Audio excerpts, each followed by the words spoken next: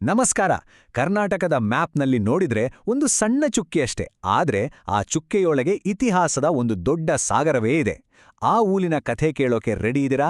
ಅದೇ ಬೀದರ್, ನಮ್ಮ ಕರ್ನಾಟಕದ ಹೆಮ್ಮೆಯ ಕಿರೀಟ. ಬನ್ನಿ, ಆ ಕಿರೀಟದ ಹಿಂದಿರೋ ಕಥೆಗಳನ್ನ ಒಂದೊಂದಾಗಿ ಬಿಚ್ಚಿಡೋಣ. ಬೀದರ್ ಅಂತ ಹೇಳಿದ ತಕ್ಷಣ ಮೊದ್ಲು ನೆನಪಾಗೋದೇ ಈ ಕಲೆ, ಬಿದರಿವೇರ್.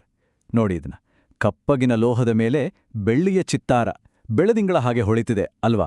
ಇದು ಬರೀ ಕಲೆ ಅಲ್ಲ, ಶತಮಾನಗಳ ಕಥೆ ಹೇಳೋ ಒಂದು ಕಾವ್ಯ ಇದ್ದಾಗೆ. ಯೋಚನೆ ಮಾಡಿ, ಇಂಥ ಅದ್ಭುತ ಕಲೆ ಹುಟ್ಟಿದ ಆ ಜಾಗದ ಇತಿಹಾಸ ಇನ್ನೆಷ್ಟು ಶ್ರೀಮಂತವಾಗಿರಬೇಕು. ಬನ್ನಿ, ಆ ಕಥೆಯನ್ನೇ ನೋಡೋಣ. ಸರಿ, ಹಾಗದೆ ಮೊದಲು ಬೀದರ್ ಅಂದ್ರೆ ಏನು ಅಂತ ಸರಿಯಾಗಿ ತಿಳ್ಕೊಳ್ಳೋಣ. ಇದು ಸುಮ್ನೆ ಒಂದು ಜಿಲ್ಲೆ ಅಲ್ಲ, ಇದೊಂದು ರೀತಿ ಟೈಮ್ ಮಷೀನ್ ಇದ್ದ ಹಾಗೆ. ಯಾಕಂದ್ರೆ ಇಲ್ಲಿರೋ ಪ್ರತಿಯೊಂದು ಕೋಟೆ, ಪ್ರತಿಯೊಂದು ಕಲ್ಲು ನೂರಾರು ವರ್ಷಗಳ ಹಿಂದಿನ ಕಥೆಗಳನ್ನ ಪಿಸುಗುಟ್ಟೋ ಥರ ಇದೆ. ಬೀದರ್ಗೆ 2 ಹೆಸರುಗಳಿಂದ ಕರೀತಾರೆ. ಒಂದು ಬಹಮನಿಗಳ ನಾಡು ಅಂತ, ಇನ್ನೊಂದು ಬಿದರಿ ಕಲೆಯ ತವರೂರು. ಈ 2 ಹೆಸರುಗಳೇ ಸಾಕು ಅದರ ಇಡೀ ಕಥೆಯನ್ನ ಹೇಳೋಕೆ. ಒಂದು ಕಡೆ ರಾಜರ ವೈಭವ, ಇನ್ನೊಂದು ಕಡೆ ಕಲಾವಿದರ ಕೈಚಳಕ. ಇವೆರಡೂ ಸೇರಿ ಬೀದರ್ಗೆ ಒಂದು ಸ್ಪೆಷಲ್ ಐಡೆಂಟಿಟಿ ಕೊಟ್ಟಿವೆ. ಪ್ರತಿಯೊಂದು ದೊಡ್ಡ ನಗರಕ್ಕೂ ಒಂದು ಗೋಲ್ಡನ್ ಏಜ್, ಅಂದ್ರೆ ಒಂದು ಸುವರ್ಣ ಯುಗ ಅಂತ ಇರುತ್ತೆ ಅಲ್ವಾ? ಹಾಗಾದ್ರೆ ಬೀದರ್ನ ಆ ಅದ್ಭುತ ದಿನಗಳು ಶುರುವಾಗಿದ್ದು ಯಾವಾಗ? ಯಾವ ಒಂದು ಘಟನೆ ಅದನ್ನ ಇತಿಹಾಸದ ಸೆಂಟರ್ಗೆ ತಂದು ನಿಲ್ಲಿಸ್ತು? ಬನ್ನಿ, ಟೈಮಲ್ಲಿ ಸ್ವಲ್ಪ ಹಿಂದಕ್ಕೆ ಹೋಗೋಣ. ಬೀದರ್ನ ಕಥೆ ಏನು ನಿನ್ನೆ ಮೊನ್ನೆ ಶುರುವಾಡಿದ್ದಲ್ಲ. ಇದರ ಬೇರ್ಗಳು ಮಹಾಭಾರತದ ಕಾಲದವರೆಗೂ ಹೋಗುತ್ತೆ ಅಂದ್ರೆ ನಂಬ್ತೀರಾ? ಹೌದು.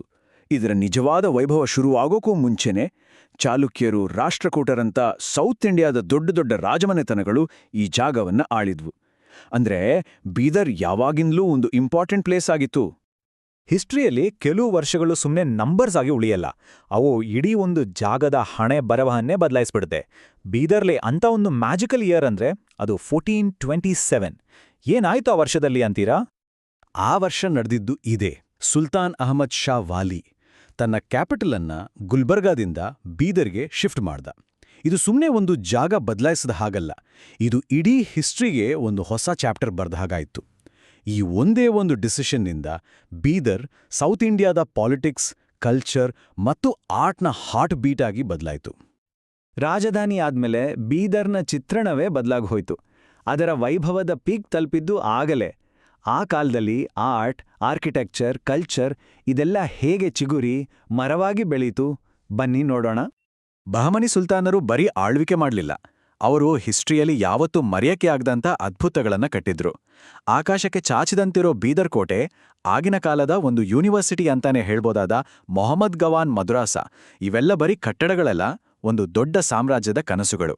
ಇವತ್ತಿಗೂ ಇವು ಪ್ರಪಂಚದಾದ್ಯಂತ ಜನರನ್ನ ಇಲ್ಲಿಗೆ ಸೆಳಿತಾನೇ ಇವೆ. ಇನ್ನು ಅರಮನೆಗಳ ಕಥೆನಂತೂ ಕೇಳಲೇಬೇಕು. ತಖ್ತ್ ಮಹಲ್ ಅಂದ್ರೆ ಸಿಂಹಾಸನದ ಅರಮನೆ, ಸುಲ್ತಾನರು ಕೂರ್ತಿದ್ದ ಜಾಗ.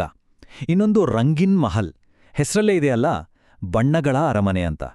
ಇದು ನೋಡಕ್ಕೆ ಬಣ್ಣಗಳ ಒಂದು ಲೋಕವನ್ನೇ ಸೃಷ್ಟಿ ಮಾಡಿದ ಹಾಗಿರುತ್ತೆ. ಇವೆರಡೂ ಆ ಕಾಲದ ಶ್ರೀಮಂತಿಕೆ ಮತ್ತು ಕಲಾತ್ಮಕತೆಗೆ ಸಾಕ್ಷಿ. ನೆನ್ಪಿದ್ಯಾ ನಾವು ಶುರುವಿನಲ್ಲಿ ಮಾತಾಡಿದ್ವಲ್ಲ ಆ ಅದ್ಭುತ ಬಿದಿರಿ ಕಲೆ ಬಗ್ಗೆ? ಅದರ ಹುಟ್ಟೂರು ಬೇರೆಯಲ್ಲೂ ಅಲ್ಲ, ಇದೇ ಗೋಲ್ಡನ್ ಏಜ್ನ ಬೀದರ್. ರಾಜರ ಸಪೋರ್ಟ್ ಮತ್ತು ಕಲಾವಿದರ ಟ್ಯಾಲೆಂಟ್ ಎರಡೂ ಒಟ್ಟಿಗೆ ಸೇರಿ ಈ ಯುನೀಕ್ ಆರ್ಟ್ಗೆ ಜನ್ಮ ಕೊಡ್ತು. ಒಂದು ಕ್ಷಣ ಯೋಚನೆ ಮಾಡಿ, ಈ ಕಲೆಗೆ 500 ವರ್ಷಗಳಿಗಿಂತ ಜಾಸ್ತಿ ಇತಿಹಾಸ ಇದೆ.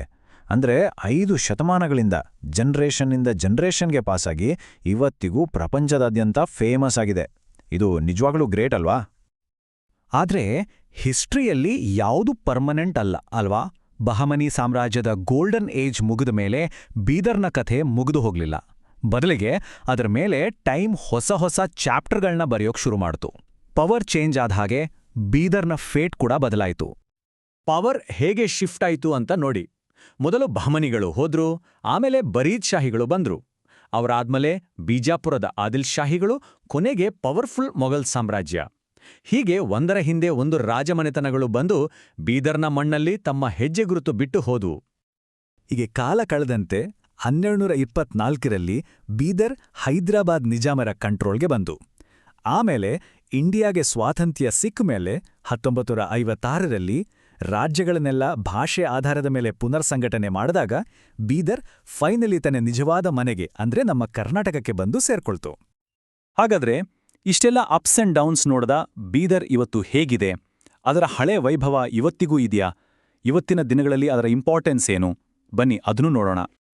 ಇವತ್ತಿನ ಬೀದರ್ ಅಂದ್ರೆ ಬರೀ ಹಿಸ್ಟ್ರಿ ಬುಕ್ನಲ್ಲಿರೋ ಒಂದು ಹೆಸರಲ್ಲ, ಇದು ಇಂಡಿಯಾದ ಟಾಪ್ ಹೆರಿಟೇಜ್ ಸೈಟ್ಸ್ಗಳಲ್ಲಿ ಒಂದು. ಇಲ್ಲಿ ಸಿಖ್ಖರ ಪವಿತ್ರ ಕ್ಷೇತ್ರವಾದ ಗುರುದ್ವಾರ ನಾನಕ್ ಝೀರಾ ಇದೆ. ಬಸವಣ್ಣನವರ ವಿಚಾರ ಕ್ರಾಂತಿಯ ಕೇಂದ್ರವಾದ ಬಸವ ಕಲ್ಯಾಣ ಇಲ್ಲೇ ಇದೆ. ಅಷ್ಟೇ ಅಲ್ಲ, ಇತಿಹಾಸದ ಜೊತೆಗೆ ಇಂಡಸ್ಟ್ರಿ ಮತ್ತು ಫಾರೆಸ್ಟ್ರಿ ಕೂಡ ಇಲ್ಲಿ ಚೆನ್ನಾಗಿ ಬೆಳೆದಿದೆ. ಒಂದ್ವೇಳೆ ಬೀದರ್ಗೆ ಹೋಗೋ ಪ್ಲಾನ್ ಇದ್ರೆ ಈ ಜಾಗಗಳನ್ನಂತೂ ಮಿಸ್ ಮಾಡ್ಕೋಬೇಡಿ. ಮೊಹಮ್ಮದ್ ಗವಾನ್ ಮದ್ರಸಾದಿಂದ ಹಿಡಿದು ನರಸಿಂಹಝರಣಿ ಗುಹೆಯೊಳಗಿನ ಥ್ರಿಲ್ ತನಕ ಪ್ರತಿಯೊಂದು ಜಾಗನೂ ಒಂದು ಹೊಸ ಎಕ್ಸ್ಪೀರಿಯನ್ಸ್ ಕೊಡುತ್ತೆ. ಇದು ಹಿಸ್ಟ್ರಿ, ಸ್ಪಿರಿಚುವಾಲಿಟಿ ಮತ್ತು ನೇಚರ್ ಎಲ್ಲದರ ಒಂದು ಅದ್ಭುತ ಕಾಂಬಿನೇಷನ್.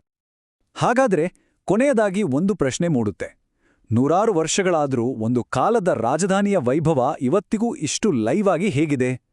ಬಹುಶಃ ಇದರ ಉತ್ತರ ಬೀದರ್ನ ಕೋಟೆಯ ಕಲ್ಲುಗಳಲ್ಲಿ, ಬಿದರಿ ಕಲಾವಿದರ ಕೈಚಳಕದಲ್ಲಿ ಮತ್ತು ಅಲ್ಲಿನ ಜನರ ನೆನಪುಗಳಲ್ಲಿ ಸಿಗಬಹುದು. ನಮ್ಮ ಹೆರಿಟೇಜನ್ನ ನಾವು ಹೇಗೆ ಜೀವಂತವಾಗಿ ಇಟ್ಕೋಬಹುದು ಅನ್ನೋದಕ್ಕೆ ಬೀದರ್ ಒಂದು ಬೆಸ್ಟ್ ಎಕ್ಸಾಂಪಲ್ ಅಲ್ವಾ? ಇದರ ಬಗ್ಗೆ ಯೋಚನೆ ಮಾಡಿ ನೋಡಿ.